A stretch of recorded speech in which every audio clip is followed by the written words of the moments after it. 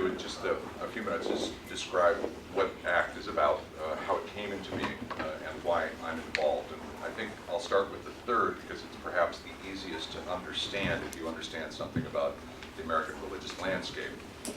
I'm an Episcopalian, actually a seventh generation Episcopalian. My father was an Episcopal rector in one parish for 42 years. Now, I'm part of the West Coast branch of the Episcopal Church. We're neither smells and bells. We come from a much lower church tradition than you might have often encountered here in New England or other parts of the East Coast. A friend of mine once said, Richard, the church you go to is kind of like a Methodist church with wine. It's not really Episcopal.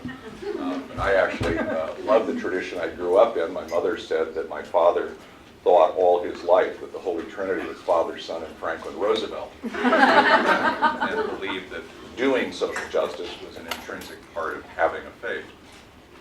It's also the case that as the son of a rector in a small town, I did probably 35 years of church in 15 years. And when I went off to college, I didn't darken the door of a church for probably a dozen years after I left home.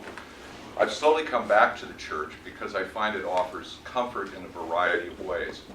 It provides a sense of continuity to me and tells me something about where I come from, and it offers a promise of being in a community that I can share my concerns and doubts and faith with, because another feature of my particular kind of Episcopalianism is that I am a doubting Christian.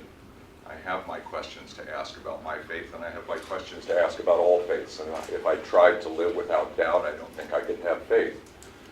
But without faith, I would live only in doubt, and at this stage of my life, I'm not willing to do that. ACT came into being about a year and a half ago because Christ Church, which I've attended for the 22 years that I've been here at Harvard, decided to close its doors to the homeless. Specifically, Christ Church for nearly 30 years had run an open-door bathroom policy of the church, recognizing that there were no public facilities available in Harvard Square for the homeless. There were a couple of troubling incidents involving drug use, overdosing, and harassment of female church staff members. And the vestry and rector very reluctantly, after almost a year of back and forth discussion, decided that they had to close those doors. We all regretted it, and it seemed to me that we had to do something more than just close our doors, because there were no other doors being open as ours closed.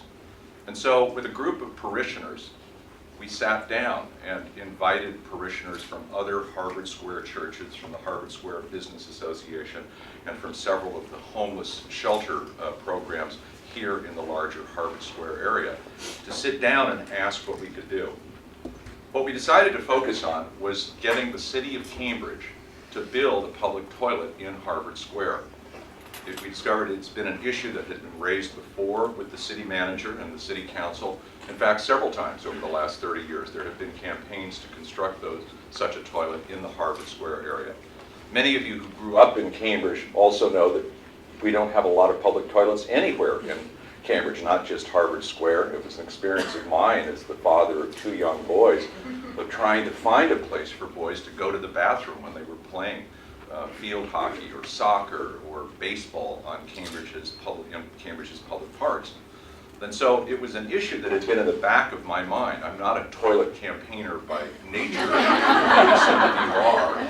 I've been told, by the way, that November 19th is actually the United Nations officially sanctioned World Toilet Day.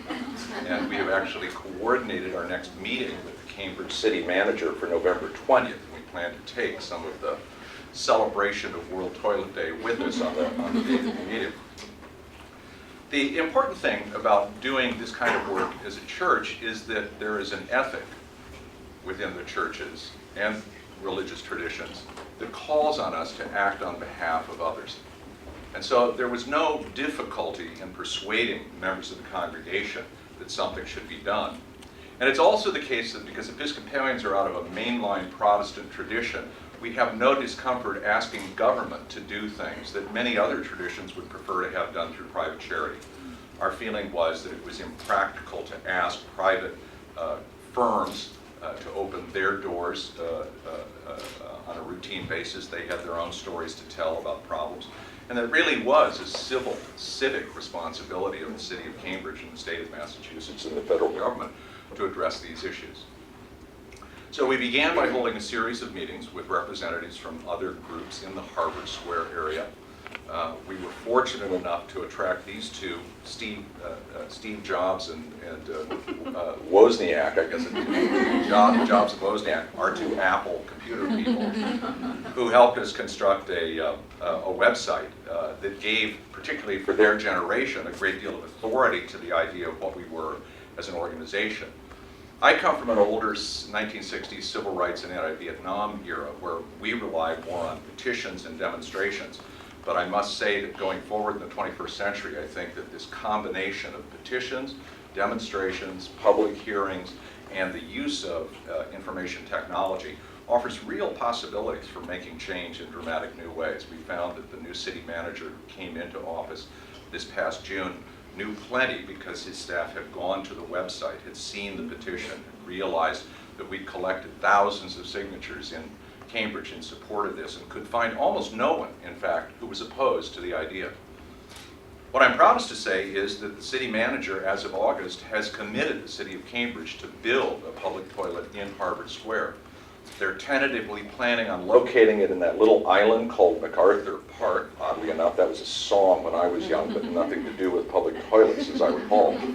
And it's right on the middle of Mass Avenue between the Harvard campus and the Unitarian Church. There's a picture of a statue of Seward, I believe, on the, there now. However, this being city government, they're now telling us that, well, they plan to put the line item for the toilet into the fiscal year 2015 budget, which means that the funds wouldn't even initially become available until July of next year. And again, given the way that government works, it's a very real possibility that they might not get the toilet open until the middle of 2015 or even late in 2015. So we're now planning a series of further meetings with the city manager. We've been lobbying the members of the city council. We have solicited the endorsement of all 24 of the city council candidates, including all of those who are running for re-election. We've got probably 2/3, is that fair to say now, Zach, who have endorsed us. And so our feeling is that we can move this forward, and our concern over the next couple of months is that we move it forward quickly rather than slowly. Just to conclude, however, it's important to know that we simultaneously lobbied the T, and the T has a bathroom downstairs at Harvard Square to the immediate right of the bottom of the escalators. What I'm proudest to say is that it is now open. It has been refurbished, repainted, restocked, and they have placed signs both at the top of the escalators as you enter the T structure and at the bottom of the escalators as well too, to guide you in that 180-degree turn to the bathroom. Is it gold-plated fixtures? Is it marble floors? No, but it's someplace that's usable while we try to get the city-built toilet constructed above ground.